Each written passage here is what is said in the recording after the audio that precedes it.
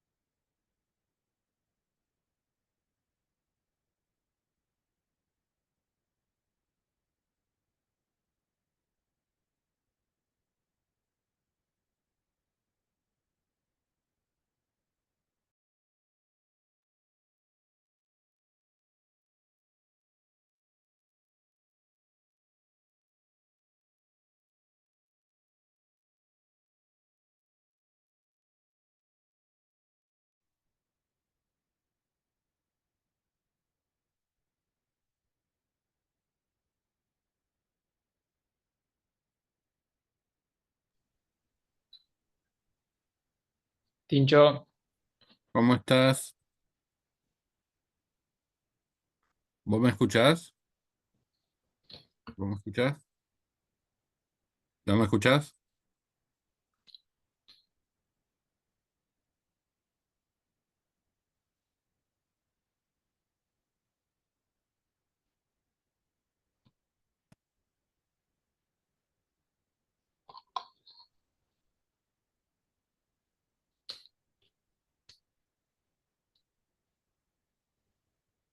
¿Me escuchás, Leo?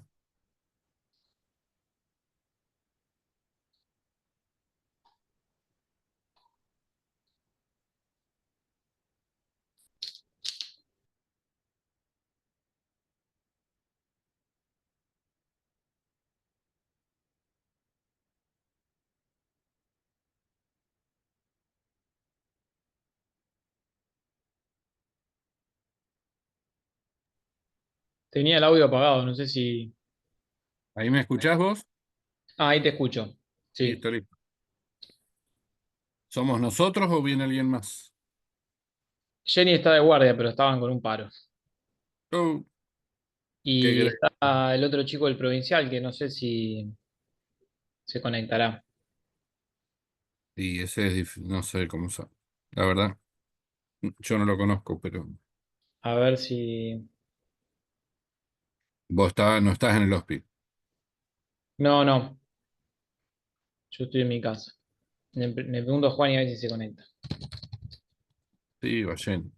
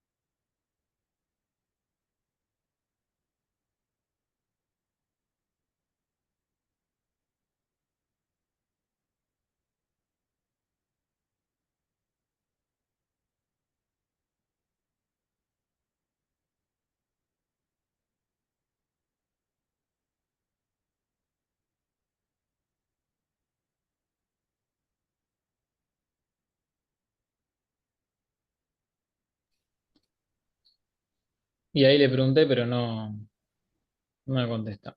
Bueno, igual sí. Total queda Son, grabada, creo, ¿no? sí, sí, y son 7:10, sí. Arranquemos si querés, después lo Dale. verán. y más Jenny que si está ocupada. Sí, Bueno, el tema a tratar es, este año me toca a mí, ecocardiograma en general, ecocardiograma bidimensional y Doppler. Después van a tener una charla de transesofágico y, y otra de ecocardiograma de estrés. Eh, es muy larga la charla porque el año pasado, hasta el año pasado la daban en 2 veces y ahora la dan, me pidieron que dé una charla. Si se nos hace muy larga y tediosa, dividimos y el Doppler lo damos otro día, ¿sí? Pero vamos arrancando. dale. ¿Está compartida la pantalla, vos la ves? Sí, se ve excelente. Bueno, yo soy medio queso con esto. Bueno, vamos a arrancar. Bueno, hay cosas que se sobreentienden, pero las variantes del ecocardiograma, por lo menos para realizarlo, puede ser realizado transtorácico o transesofágico en sus distintas variantes. Las ventajas del método son la accesibilidad, se puede hacer a la cabecera del paciente, relativamente es de bajo costo, no es invasivo y provee información anatómica e información funcional en el momento. Las desventajas requiere ciertas cuestiones del paciente, ventana acústica, no en todo se ve lo mismo o se ve de la misma manera, y es operador dependiente. Esto quiere decir que lo que uno encuentre o trate de encontrar depende de la experiencia del operador, de la formación del equipo, de muchas cosas, y si bien se puede grabar, no es del todo reproducible. Bueno, en los ecocardiogramas, el aparato, el ecocardiógrafo está montado sobre, en general puede estar montado sobre una mesa o ser portátil, e incluso hoy día hay transductores que directamente se conectan al celular. La parte quizás fundamental del aparato es el transductor. El transductor tiene cristales piezoeléctricos en su extremo, que es lo que uno apoya sobre el paciente, que lo que hacen es vibrar y deformarse y producir ondas de ultrasonido que emiten, en este caso dentro del cuerpo del paciente, y reciben el rebote de onda, lo interpretan y el software del aparato lo transforma en imágenes. Con electricidad producen ultrasonido y recibe ultrasonido el transductor y la vuelve a transformar en electricidad y señal.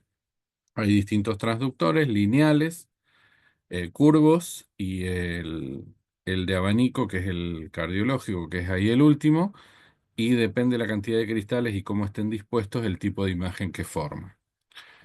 Este es el que deben conocer o debes, este es el que se usa en cardiología, te permite acceder a una profundidad media, al tórax, al abdomen, es de 3,5 a 5 MHz, la frecuencia que maneja, y da una imagen en abanico, ¿sí? Con un vértice y un abanico.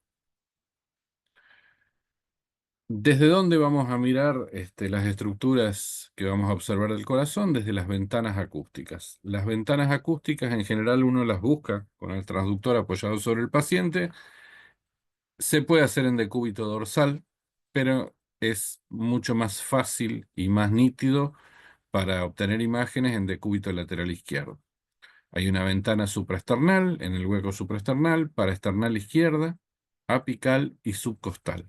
Esto es una simplificación, hay otras, pero estas son las más comunes. Voy a hacer una referencia a las ventanas y lo que podemos ver en cada una de ellas. La ventana paraesternal tiene dos formas de verse. Una es el eje largo, que es con el transductor, tiene una muesca de un lado del transductor, que esa muesca señala desde dónde empieza a barrer el haz de ultrasonido. Tiene que apuntar hacia el hombro derecho, en este caso, hacia el hombro contralateral. Se coloca el transductor en el cuarto quinto espacio entre el tercer y el quinto espacio intercostal izquierdo y línea paraesternal y se orienta hacia el hombro derecho. Ahí vamos a obtener el corte del corazón, donde nos vamos a poder observar la imagen, un ventrículo derecho, que es el tracto de salida del ventrículo derecho, el ventrículo izquierdo con su pared septal y su pared inferolateral o inferoposterior, la raíz de la aorta, la aurícula izquierda y debajo de la aurícula izquierda la aorta torácica descendente. Esto es más o menos la imagen, cómo se ve, ¿sí? Se puede ver la contractilidad de esas paredes y cómo abren y cierran la válvula aórtica y la válvula mitral. Eso es para externar eje largo, que es quizás la imagen más común. Girando el transductor hacia el otro hombro, vamos a encontrar lo que se denomina el eje corto, porque, como figura en la imagen, corta el corazón en el otro sentido. Y depende cómo orientemos el transductor, vamos a tener distintas vistas. La vista más superior se llama de los grandes vasos, del eje paraesternal corto, donde vamos a poder ver en el centro la válvula órtica y nos va a permitir ver las dos aurículas, la válvula tricúspide, sobre todo el tracto de salida del ventrículo derecho, la válvula pulmonar y debajo de la válvula pulmonar la arteria pulmonar. Si inclinamos el transductor, esto es fácil de decir, pero la práctica lleva mucho tiempo, vamos a obtener la imagen un corte más abajo, que es del plano de la válvula mitral. Se observa a nivel del corazón las paredes basales del miocardio y la válvula mitral. Si inclinamos un poco más, vamos a cortar el corazón en forma transversal más abajo a la altura de los músculos papilares y lo más apical que llegamos no es a la punta porque no se puede ver la punta, pero sí a los segmentos apicales, ¿sí? La última parte del ventrículo derecho vamos a ver y la última parte del ventrículo izquierdo. Para graficarlo y darle movimiento, en esta vista de grandes vasos vamos a poder ver si la válvula aórtica es tricúspide, cómo abre las válvulas y medir algunos flujos. Y este está cortado a nivel de la válvula mitral, todos los segmentos basales cardíacos con su motilidad. Por encima el ventrículo derecho y la válvula mitral expuesta. La ventana apical es un poco más abajo y hacia la axila, ¿sí? De lo que veníamos hablando. Es a la altura del quinto espacio intercostal y línea axilar anterior o axilar media, depende del paciente, el corazón y cómo esté puesto. Y va a cortar el corazón de apex a base, dando distintas vistas, depende cómo inclinemos el transductor. La vista más conocida de 4 cámaras, 5 cámaras y también del seno coronario. La ventana apical de 4 cámaras nos muestra exactamente eso. Ventrículo derecho-izquierdo, aurícula derecha-izquierda. Si inclinamos el transductor, se abre el tracto de salida del ventrículo izquierdo y se observa la válvula aórtica y la primera parte de la aorta, eso se llama 5 cámaras. Y la del seno coronario es inclinando el transductor hacia el otro, hasta en la dirección contraria, digamos, podemos ver el seno coronario y medirlo. Si en la misma ventana apical giramos el transductor 30, 60 grados hacia el hombro, nos vamos a encontrar que lo que era 4 cámaras se transforma en 2 cámaras, aurícula izquierda y ventrículo izquierdo. Y si giramos un poco más, invertimos la imagen y se transforma en 3 cámaras, ventrículo y aurícula izquierdos, y se ve la aorta. Esta ventana apical de 3 cámaras es muy similar a la paraesternal eje largo. Bueno. Para graficarlo, esta es la imagen de 4 cámaras, donde después vamos a ver que se pueden medir muchas cosas. Y esta es la de 2 cámaras, donde podemos valorar otras. Otra ventana que habíamos nombrado y muy utilizada es la subsifoidea, debajo del apéndice sifoides y como metiéndose dentro del abdomen y apuntando hacia el tórax. Vamos a ver la ventana subsifoidea y la imagen 4 cámaras inclinada, que si giramos el transductor va a pasar como en el eje corto del paraesternal. Vamos a obtener una vista de grandes vasos, una vista de la altura de la mitral, de la altura de los músculos papilares y apical. Pero lo que más se utiliza, si giramos un poco más, vamos a llegar a observar, saliendo de la aurícula derecha, la vena cava inferior. ¿Mm? Que, como vos sabés, la vamos a poder medir y ver la variación respiratoria que tiene. La forma de identificarla, porque si giramos un poco más el transductor nos encontramos la aorta abdominal, es que tiene variaciones respiratorias y sobre todo desemboca, por ejemplo, esta es una arteria, una vena suprahepática, y que desemboca la aurícula derecha. Ya vamos a volver sobre esto. La ventana supraesternal, en el hueco supraesternal, con la muesca del transductor orientada hacia el hombro izquierdo, vamos maniobrando con el transductor a ver el arco aórtico. Y en el arco aórtico vamos a poder observar eh, la aorta ascendente, transversa y descendente, los tres grandes vasos, la subclavia izquierda, la carótida izquierda y el tronco brachiocefálico, y el arco aórtico está montado sobre la arteria pulmonar derecha. Otra referencia que quiero hacerte, el ecocardiograma ha ido evolucionando mucho con el tiempo. Primero se utilizaba lo que se denomina modo M, después apareció el bidimensional, después el Doppler y otras tantas aplicaciones. El modo M todavía se sigue utilizando. Modo M, el AM es de movimiento. El modo M es una variante del ultrasonido que lo que hace es, ahí tenemos líneas rosas, verde y azul, cortar transversalmente la imagen y mostrarnos en movimiento todas estas estructuras. Nos va a mostrar este segmento de la pared, este segmento de la pared, el movimiento de la válvula y este segmento de la pared. Es útil para realizar ciertas mediciones, sobre todo porque tenés el tiempo cardíaco, que si bien lo podés hacer con el electrocardiograma, para detectar fin de diástole, sístole, etc. Estos son distintos cortes que se hace en el aparato, es solo un botón que pone modo M, vos trazás la línea. En este caso acá el A, lo que está mostrando es la parte medio ventricular. Si vos te fijás, tenemos paredes del ventrículo derecho y del ventrículo izquierdo. La B ya está cortando a la altura de la válvula mitral. La imagen de abajo es como se ve, nada más que transcurre, ¿sí? Se mueve. Esta es la válvula mitral con su apertura. Y si uno va más allá, puede cortar la aorta y la aurícula derecha. Esto se utiliza para medir aorta y esto se utiliza para medir ventrículo en fin de diástole. Lo menciono porque lo voy a traer a colación después. Una cuestión sobre la terminología y para poder entender, a mí me interesa que puedan ver, ¿sí? E interpretar por ahora la ecografía que está haciendo otro. Esta charla no es para que aprendan a hacer ecografía, sino para que puedan interpretar. Y sobre todo, lo primero que uno se encuentra para interpretar son los informes de ecocardiográficos. A modo de simplificación, el ventrículo se separa en un tercio basal, un tercio medio, un tercio apical y el ápex. Y así es como va a estar las denominaciones cuando hablemos de la motilidad de la pared. En la vista paraesternal, con respecto al ventrículo izquierdo, la pared que vemos es anteroseptal y la de abajo es la inferolateral o inferoposterior. En el eje corto, esta está a la altura de los músculos papilares, pero a la altura de la válvula mitral es similar. Vemos la pared anterior opuesta a la inferior, la lateral y la septal. En el cuatro cámaras de la ventana apical vemos el septum, ¿sí? El septum tiene dos partes. Esto sería septum inferior, que es la parte más posterior del septum. Cuando uno hace un cinco cámaras es septum anterior. Y la otra pared que vemos es la pared lateral.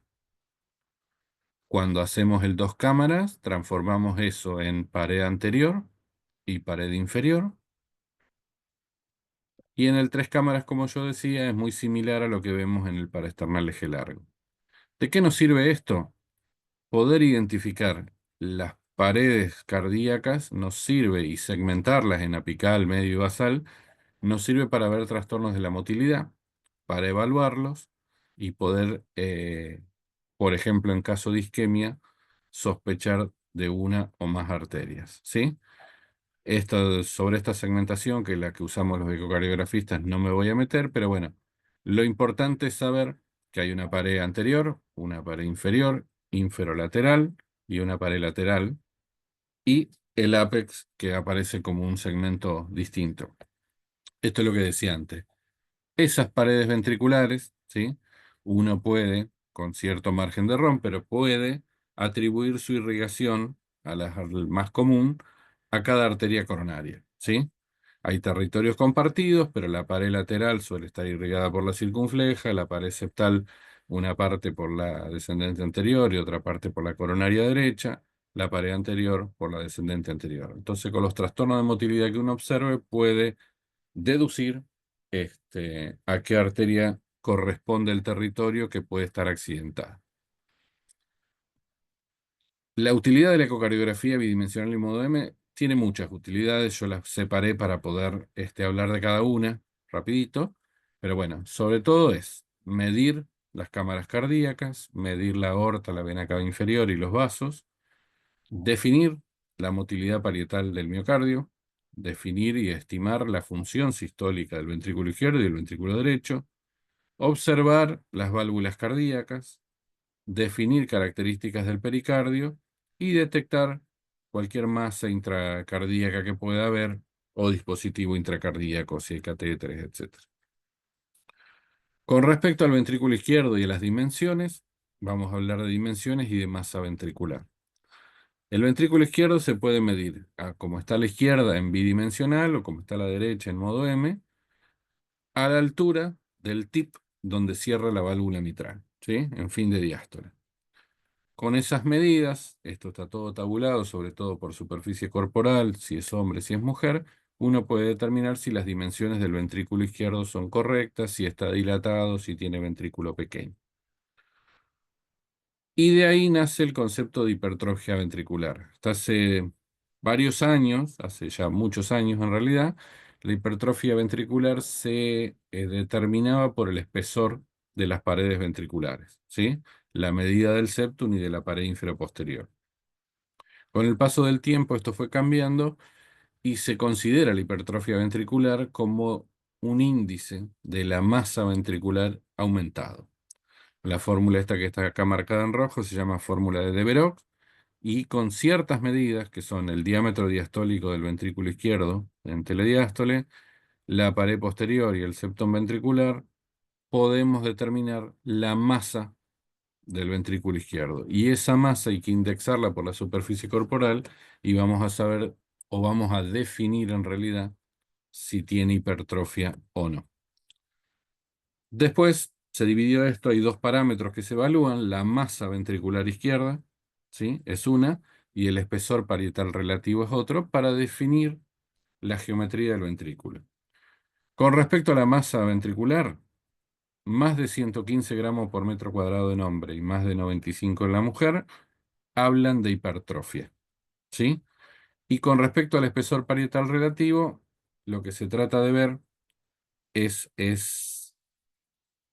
la geometría, como dice arriba, no quiero redundar, a través de la fórmula dos veces la pared posterior, dividido el diámetro diastólico, arriba de 0,42 o abajo de 0,42, ¿sí? Entonces nos quedan cuatro cuadrantes. Debajo de 0,42 y con una masa normal es un ventrículo normal, ¿sí? Debajo de 0,42 y con una masa para hipertrofia, la hipertrofia se dice que es excéntrica. Por encima del espesor parietal de 0,42, si la masa es normal, está remodelado concéntrico, ya es más redondito el corazón, y si tiene la masa aumentada y más de 0,42 de espesor parietal relativo, se dice que tiene hipertrofia concéntrica.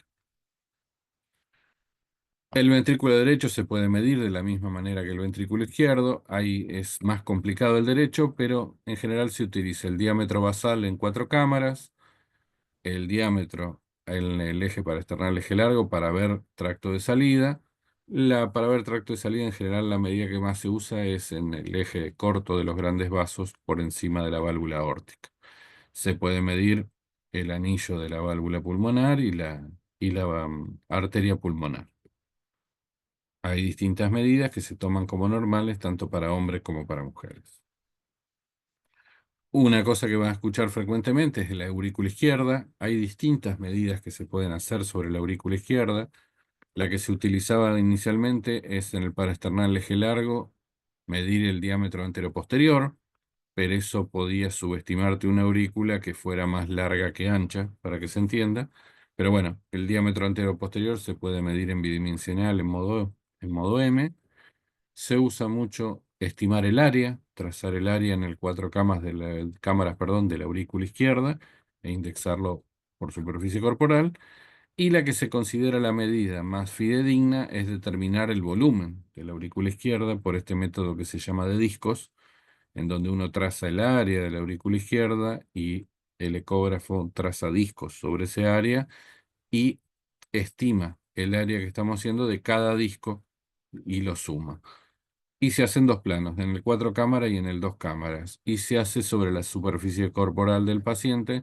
Entonces, se considera que el volumen indexado por superficie corporal es la medida más fidedigna. Tanto para hombre como para mujer, arriba de 34 mililitros metro cuadrado, se considera que está aumentada de tamaño. Y después hay valores para leve, moderada y severa. La aurícula derecha se mide fundamentalmente trazando el área de la aurícula derecha. El valor más o menos estipulado para hombre y mujer es de 15 centímetros cuadrados. Por encima de eso se considera que está aumentada de tamaño. De la misma medida, van a haber informado la medida de la raíz aórtica, que tiene distintas medidas a nivel del anillo, lo que más se utiliza a nivel de las sigmoides, ¿sí? Que es el diámetro más ancho de la aorta, la unión sinotubular y la aorta ascendente. Esto está tabulado tanto para niños como para adultos, como para hombres y mujeres, con valores normales y aumentos leves, moderados y severos. Como habíamos mostrado antes, se mide también la vena cava inferior y se mide tanto en inspiración como en expiración. Esto lo deben saber bien. La, la vena cava inferior en condiciones normales colapsa en expiración en inspiración más del 50%. Y el diámetro debe ser menor de 21 milímetros. Si no, se considera que hay sobrecarga de volumen y se pueden hacer distintas interpretaciones. Es un estimador, ¿sí? A través del colapso inspiratorio y de su dimensión, la vena cava inferior puede ser un estimador de la presión en la aurícula derecha. Estimar es una de las funciones fundamentales y para lo que más se usa, digamos, la función sistólica del ventrículo izquierdo. ¿Cómo se hace? A través de determinar la fracción de eyección, ¿sí? La fracción de eyección es un concepto relativamente sencillo de comprender. Se toma el diámetro en fin de diástole ventricular izquierdo y el diámetro en fin de sístole, ¿sí? Y mediante la fórmula volumen de fin de diástole, volumen de fin de sístole, sobre volumen de fin de diástole por 100, se obtiene la fracción de eyección, que es mayor de 52 en hombres es normal, mayor de 54 en mujeres es normal. Ahora, para determinar esos volúmenes y poder hacer el cálculo de la fracción de eyección hay distintos métodos. El que está arriba acá a la izquierda es con el método de Techol, que es midiendo la base del ventrículo izquierdo y asumiéndolo esto como una elipse, con la forma de una bala. Este, Se estima el volumen de fin de diástole, el volumen de fin de sístole y se hace el cálculo. En realidad el cálculo lo hace la máquina. Tiene ciertos factores que lo hacen poco fiable, porque solo estamos estimando la contractilidad de los segmentos basales, asumiendo que el corazón tiene la forma perfecta de elipse prolata, se llama, que es como una bala, y que todos los segmentos se contraen igual. Si tiene trastornos de la motilidad, el método de Techholz para estimar fracción de eyección pierde validez. Otra forma que es la considerada más fidedigna es el método de Simpson, pero para esto tiene que verse muy bien el borde endocárdico. Se traza en fin de diástole una línea por el borde endocárdico. Se utiliza el método de discos, tanto en cuatro cámaras como en el dos cámaras, en fin de diástole y en fin de sístole. Esto da una idea más fidedigna si hay trastornos de la motilidad, del volumen que se estima de fin de diástole y del volumen que se estima de fin de sístole, ¿sí? Pero insisto, debe tenerse una buena imagen del endocardio en dos cámaras y en cuatro cámaras para poder hacerlo. También se puede hacer y se hace en la práctica la validación cualitativa de la fracción de eyección, donde a través de distintas vistas el ecografista experimentado puede deducir, digamos, si tiene fracción de eyección normal, levemente deprimida, moderada o severamente deprimida.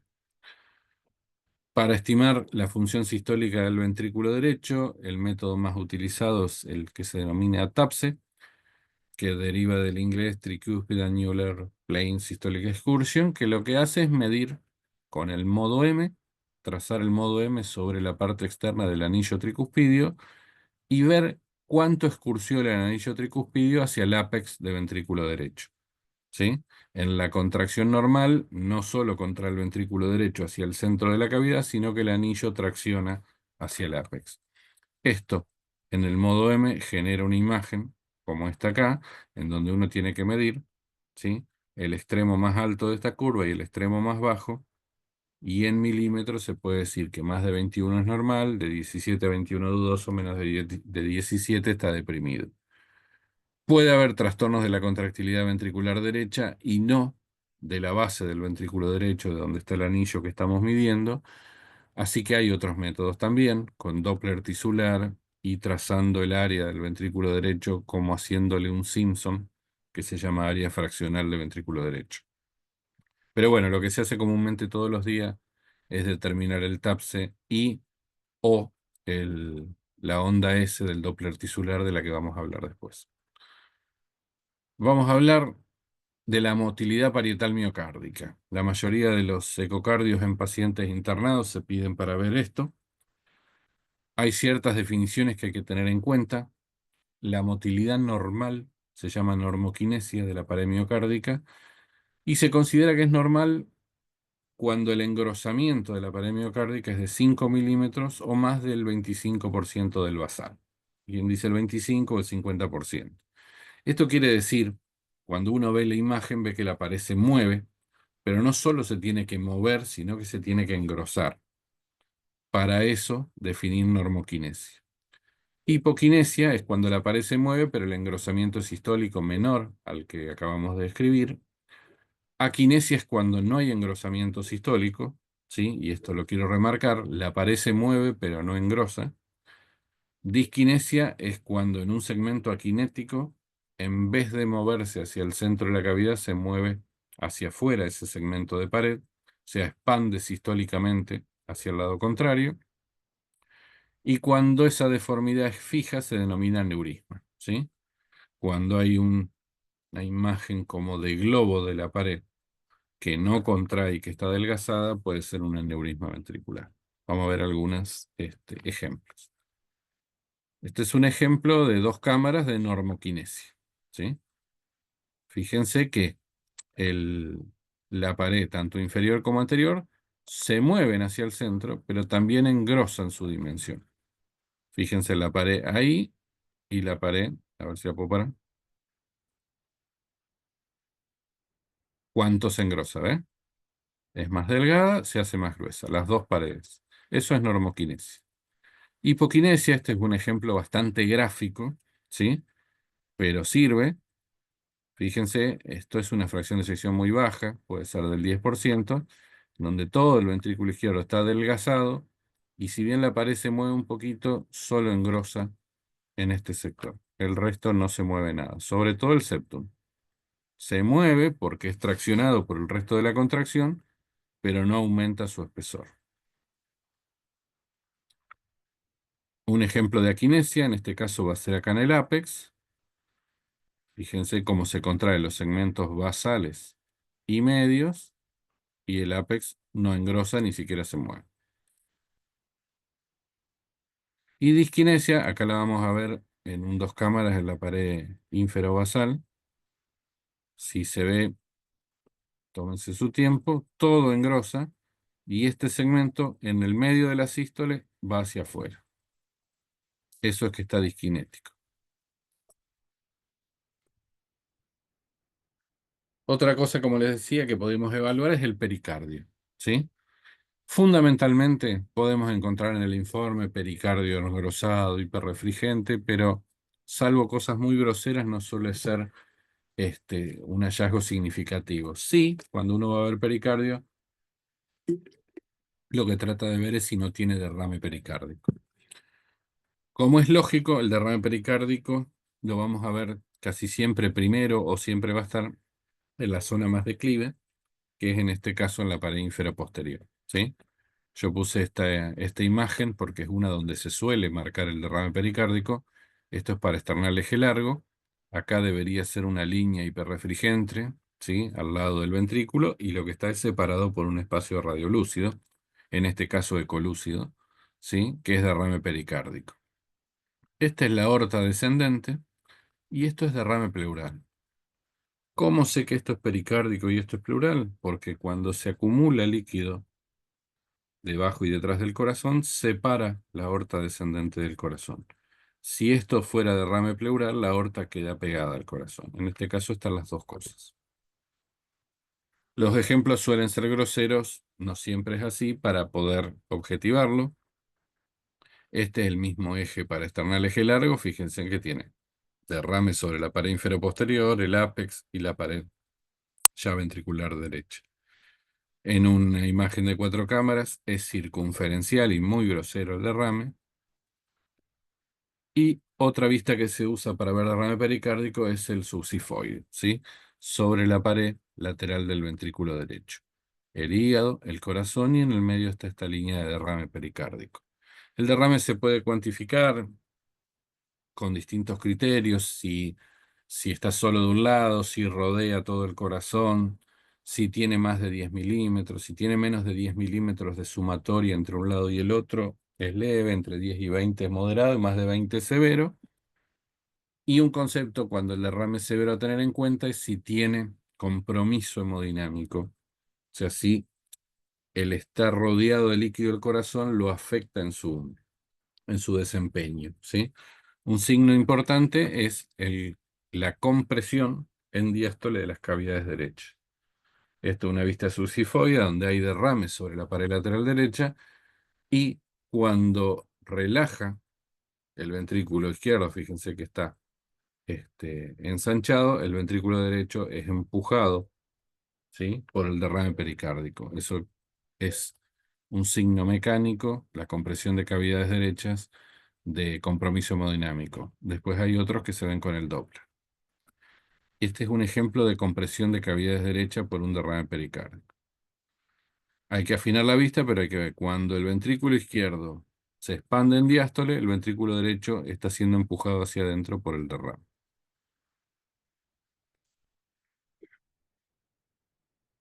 Este es otro ejemplo para esternal eje largo, un derrame muy grosero, muy grosero.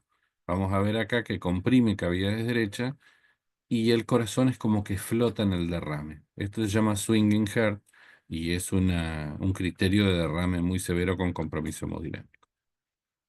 Fíjense acá cómo el tracto de salida ventrículo derecho se aplasta en diástole, pero aparte el corazón está flotando dentro del derrame. Le decía masas intracavitarias, lo más común de ver es trombos. Los trombos en general asientan en zonas aquinéticas, ¿sí? Mientras haya contractilidad es difícil que se forme un trombo en esa zona y en general asientan sobre aneurisma o sobre segmentos apicales, como en este caso, aquinéticos, ¿sí? Es una imagen como esta, que ocupa espacio, que está adherido a la pared, que se puede mover con las paredes circundantes, pero se asienta sobre una parte que no tiene motilidad. Esta es una imagen que es de un paciente del hospital, no es lo más común, trombo en ventrículo derecho, ¿sí? Dos trombos, y este en ventrículo izquierdo. Tumores, de los cuales más comunes son los mixomas auriculares, un tumor que ocupa espacio dentro de la aurícula, en general la aurícula izquierda, en el septum interauricular. Y puede haber dentro del corazón también dispositivos, marcapasos, catéteres abandonados, desfibriladores, cierres de comunicaciones intraauriculares, interventriculares, que por ahí no hacen a la charla. Vamos a hablar del ecocardiograma en su variante Doppler, ¿sí? A lo que vimos ahora es todo anatómico, es bidimensional y modo M, y se le puede agregar en todas estas vistas que vimos la función Doppler. ¿Qué hace esto? El ecocardiograma Doppler mide la velocidad y la dirección del flujo sanguíneo dentro del corazón y de los vasos sanguíneos. Este es un concepto sobre el que vamos a volver. El Doppler mide dirección y velocidad de un flujo. Hay distintas variantes, pulsado, continuo, color, y hay un Doppler que se llama tisular. El Doppler pulsado, uno con el transductor a través del, como cuando traza el modo M, traza una línea y esa línea tiene lo que se llama un volumen de muestra, que es estas dos rayitas. Lo que tiene el Doppler pulsado es resolución de rango. Mide en ese sector donde está el volumen de muestra, puntualmente ahí, la dirección y la velocidad del flujo. Pero es puntualmente ahí. Esto es muy útil porque te ayuda a medir determinados lugares, ¿sí? Ahora vamos a ver que con el continuo no se puede hacer, pero adolece del defecto de que no mide velocidades altas. Por encima de 1 metro y pico por segundo, este, se hace ambiguo. Ahora lo vamos a ver cuando veamos los colores. Cuando la virtud que tiene el continuo es que mide velocidades altas, la virtud que tiene el pulsado es que te mide en un punto especial donde vos querés medir, pero no velocidades altas. Por ejemplo, se utiliza para medir esto, ya lo habrán visto, el flujo de entrada en el ventrículo izquierdo, de aurícula a ventrículo izquierdo, que es el flujo de lleno mitral. ¿Sí? Da una onda E y una onda A. Esto se llama espectroscopía del Doppler. Dibuja una onda, la onda que se acerca al transductor es positiva, la que se aleja del transductor es negativa. Una onda E y una onda A que en el pulsado son huecas, ¿sí? O sea, se ve el contorno de la onda y no se ve el interior, porque lo que está midiendo es la velocidad en un punto determinado. El Doppler continuo traza la misma línea, ¿sí? Que decíamos recién, pero sin volumen de muestra y mide todas las velocidades a lo largo de esta línea. Y te dibuja el espectro de la velocidad más alta que consiguió. Pero vos no sabés a lo largo de esta línea qué es lo que estás midiendo, porque estás midiendo todo junto. Puede medir velocidades muy altas, pero no expresa el sitio exacto donde la está midiendo. Mide todo el trayecto de la línea del Doppler continuo. Por ejemplo, estamos midiendo en 4 cámaras, se hizo 5 cámaras. En este caso, este trazo de Doppler continuo nos mide todas las velocidades apicales, medias y basales del ventrículo, el tracto de salida del ventrículo y la aorta. Y nos dibuja, en este caso muy alta velocidad, 4 metros por segundo, nos dibuja, ¿sí? La espectroscopía es siempre llena, no es hueca, ¿sí? Porque está midiendo todas las velocidades en ese trayecto. Con esta espectroscopía hay una variante que podemos hacer que se llama integral de velocidad-tiempo, o BTI, lo van a escuchar, que es con el software del aparato del Doppler, se traza una línea sobre el contorno del espectro que medimos, ¿sí? Entonces, lo que hace es tomar todas las velocidades dentro de ese espectro y hacerle la integral de velocidad sobre tiempo, ¿sí? Es la sumatoria o el promedio de todas las velocidades que hay dentro de la curva, que representa la velocidad a la que se desplazan los glóbulos rojos a través, en el volumen de muestra o en el trazo del continuo, la masa global de glóbulos rojos a la velocidad que va. Cuando el BTI se expresa en centímetros sobre segundo. Si tengo en el tracto de salida de vía un BTI de 20, quiere decir que los glóbulos rojos pasan por ese lugar a 20 centímetros por segundo por latido.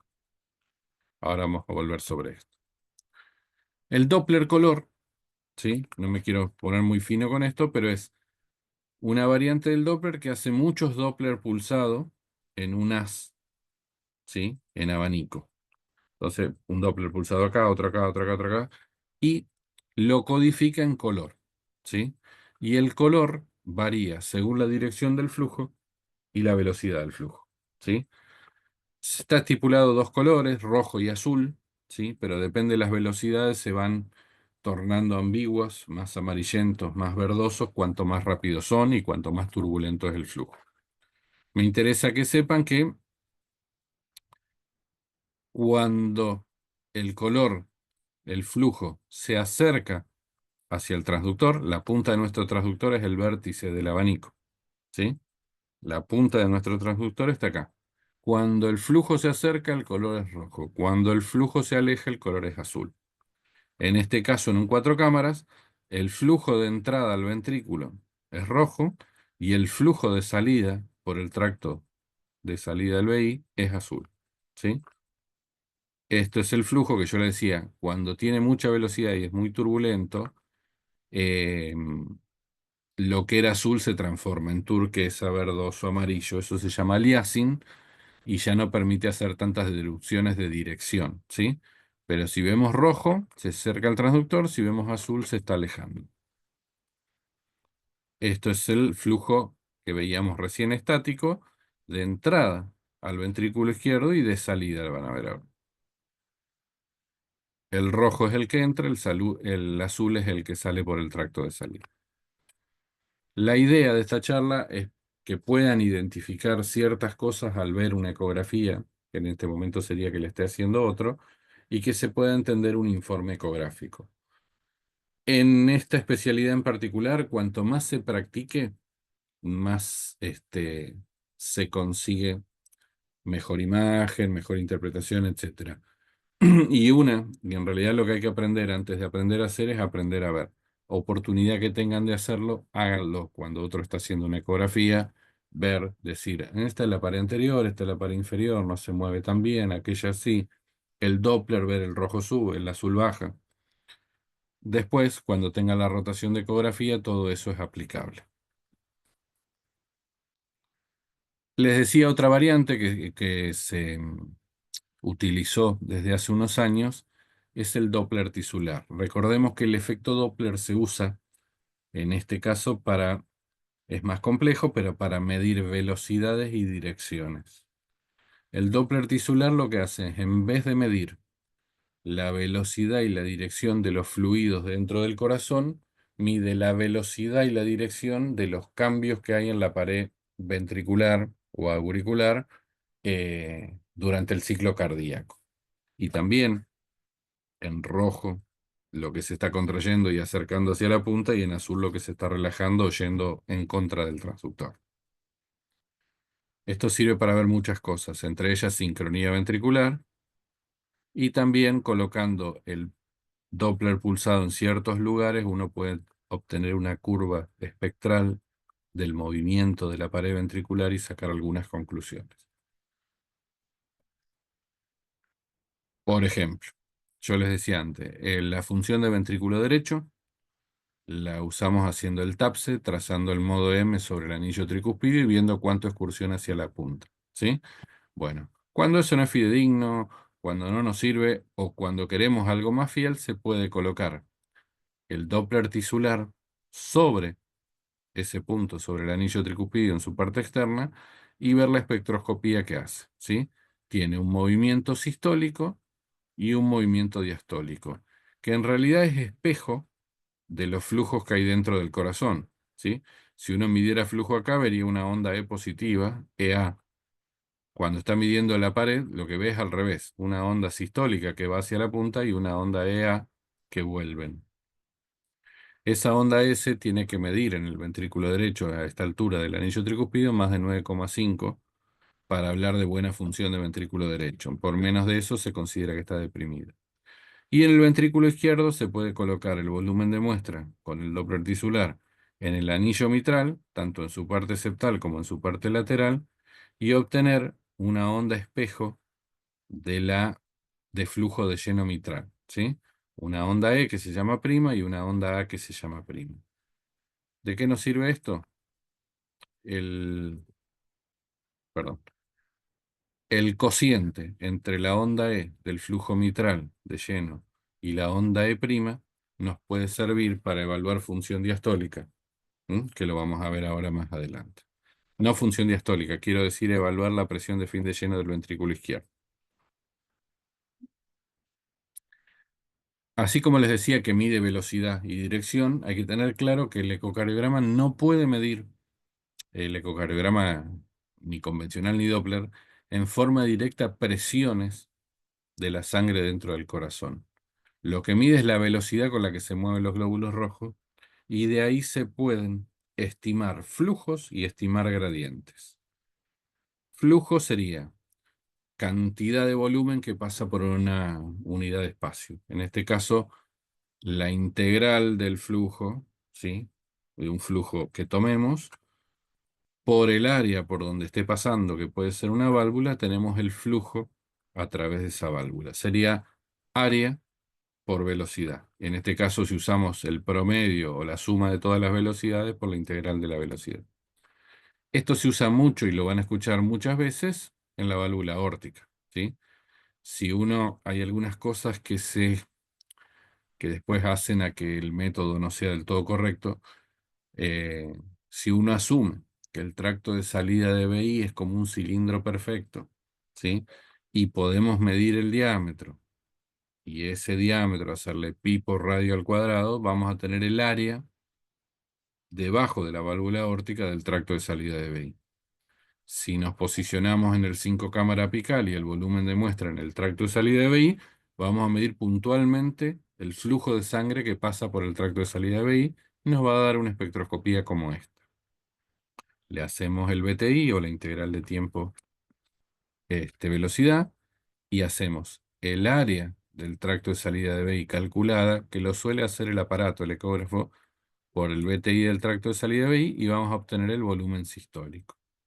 Si eso lo multiplicamos por la frecuencia cardíaca, vamos a obtener el volumen minuto. Esta es una medida bastante común, lo usan más los terapistas que nosotros, pero se puede utilizar. Esto de medir flujos y gradientes es la mayor utilidad del Doppler. Lo mismo se puede hacer en la válvula mitral, medir el flujo a través de la válvula mitral, ¿sí? Teniendo el área del anillo mitral y el flujo que entra al ventrículo izquierdo. La válvula mitral podemos también, y esto es bastante trillado, hay clases enteras de esto, evaluar cierto parámetro de la función diastólica que es el patrón de lleno mitral. Colocando el volumen de muestra, el cierre sobre el cierre de la válvula mitral, vamos a obtener un patrón de lleno rápido y de lleno lento del ventrículo, una onda E y una onda A. Depende la morfología y la relación entre esa E y la A, vamos a tener distintos patrones mitrales, ¿sí? Y como yo decía hoy, si uno toma esa onda E de flujo mitral y la onda E' del Doppler tisular y hace un cociente, las divide, ese cociente puede ser un estimador de la presión de fin de diástole del ventrículo izquierdo. La presión de fin de diástole del ventrículo izquierdo es un estimador de la presión de Wesch. Por debajo de 9 se considera que no está elevada, entre 9 y 15 o entre 9 y 13 se puede dar como una duda, pero más de 14, más de 15, ya uno asume de cociente E sobre E que la presión en la aurícula izquierda está incrementada y la de Wesch también. Otro flujo, de la misma manera que medíamos el aórtico, se puede medir es el pulmonar, midiendo el diámetro del anillo de la válvula pulmonar en el eje de los grandes vasos del eje corto peristernal. Hacemos también, asumiendo que es un cilindro, pi por radio al cuadrado, sacamos el área y medimos con el volumen de muestra sobre la válvula el flujo en el tracto de salida ventrículo derecho, perdón, el flujo en el tracto de salida ventrículo derecho. Y en ese caso vamos a tener el volumen latido que ingresa a la arteria pulmonar. Esto lo menciono nada más, pero de estas dos fórmulas deriva el concepto de QPQS, ¿sí? El flujo pulmonar en condiciones normales, siendo área de la arteria del tracto de salida del ventrículo derecho por el BTI del Doppler pulsado del tracto de salida del ventrículo derecho, es igual al flujo, el flujo que pasa a los pulmones, luego igual al flujo que sale por la aorta. El área del tracto de salida del ventrículo izquierdo y el BTI del tracto de salida del ventrículo izquierdo. El QPQS normal es 1, ¿sí? Pero bueno, utilizando esta fórmula y estas medidas, uno puede evidenciar shunts, ¿sí? Y sobre todo las consecuencias de esos shunts, si tienen hiperflujo pulmonar, etc. No me voy a meter mucho en esto, pero un concepto que hay que tener en cuenta, los flujos pueden servir también, perdón, para estimar áreas valvulares, ¿sí? Hay distintas propiedades o fórmulas que son dogmas en la ecocardiografía Doppler. Una es el precepto de la conservación de flujo, ¿sí? Si consideramos el corazón y el sistema vascular como un sistema cerrado, el volumen de flujo se conserva independientemente de los diámetros por los que vaya pasando. Si pasa la sangre por diámetros menores, se acelera; si pasa por diámetros mayores, se reduce, pero el volumen es el mismo en todos los puntos. tanto la válvula mitral, la válvula aórtica, la tricúspide y la pulmonar. Si uno hace el cálculo, área por la integral del volumen en ese lugar, nos va a dar siempre lo mismo. Siempre que no haya enfermedad, ni insuficiencias valvulares, ni shunts intracardíacos. Entonces, utilizando este principio y otro que se llama ecuación de continuidad, en donde se dice que el flujo, como les decía recién, se conserva independientemente del segmento del árbol circulatorio, ¿sí? A un segmento menor hay mayor flujo, un segmento mayor hay menor flujo, y este cambio, ¿sí? Nos puede ayudar a calcular las áreas valvulares. Esto lo vamos a ver en la clase de valvulopatía aórtica, pero, ¿sí?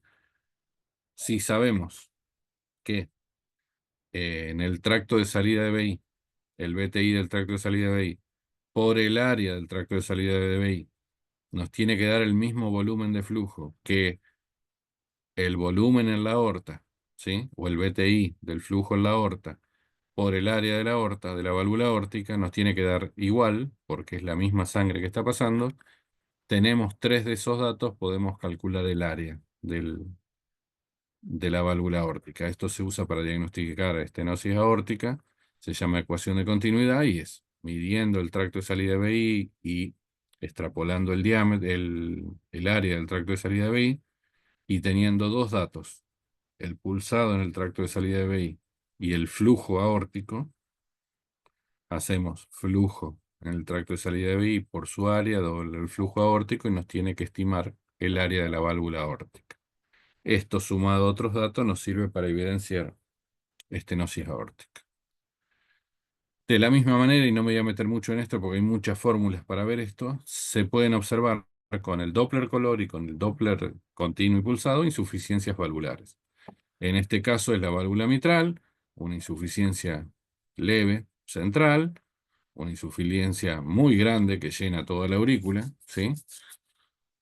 Fíjense que acá tendría que haber, esto es en diástole.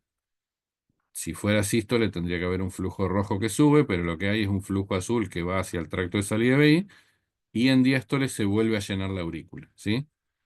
Flujo azul es que va para abajo y acá tiene tal velocidad que ya no es azul, ¿sí? Y en este caso, en un tres cámaras, el flujo de insuficiencia mitral excéntrico. Va por toda esta pared posterior de la aurícula y vuelve por esta.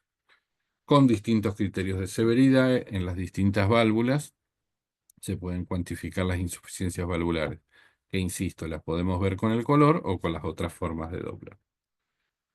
Yo le decía que a partir de la medición de las velocidades, el Doppler permite, y en realidad lo hace la máquina, estimar flujos y estimar gradientes, ¿sí? Para estimar los gradientes, la ecuación, ¿sí?, que nos lleva a esto es el teorema de Bernoulli, que no te quiero volver loco con esto, pero que si uno lo simplifica, ¿sí?, lo que quiere decir es que si uno puede medir un flujo y tomar su velocidad máxima, ¿sí?, a partir de esa velocidad máxima, siendo 4 por la velocidad máxima al cuadrado, podemos obtener un gradiente de presión. Un gradiente de presión es la diferencia de presión que hay entre un sector del, del tubo, en este caso del sistema vascular, la diferencia de presión que hay entre un sector y el otro cuando hay una estrechez o una dilatación, ¿sí? Volvemos a la espectroscopía de un flujo. Si tomamos cualquier flujo, sea negativo o sea positivo, y le medimos la velocidad máxima, el aparato directamente te hace sobre esa velocidad máxima, te informa, qué sé yo, 2,7 metros por segundo, y te estima el gradiente máximo, haciendo 4 por esa velocidad máxima al cuadrado. Y ese gradiente nos puede servir para ciertas cosas.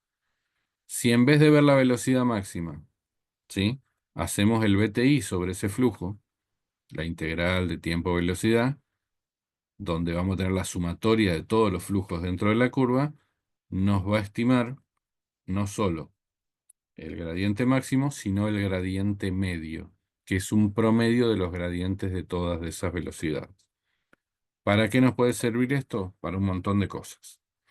Los gradientes son con los que determinamos severidad de las estenosis valvulares y en cierta ocasión lo utilizamos para estimar presiones pulmonares.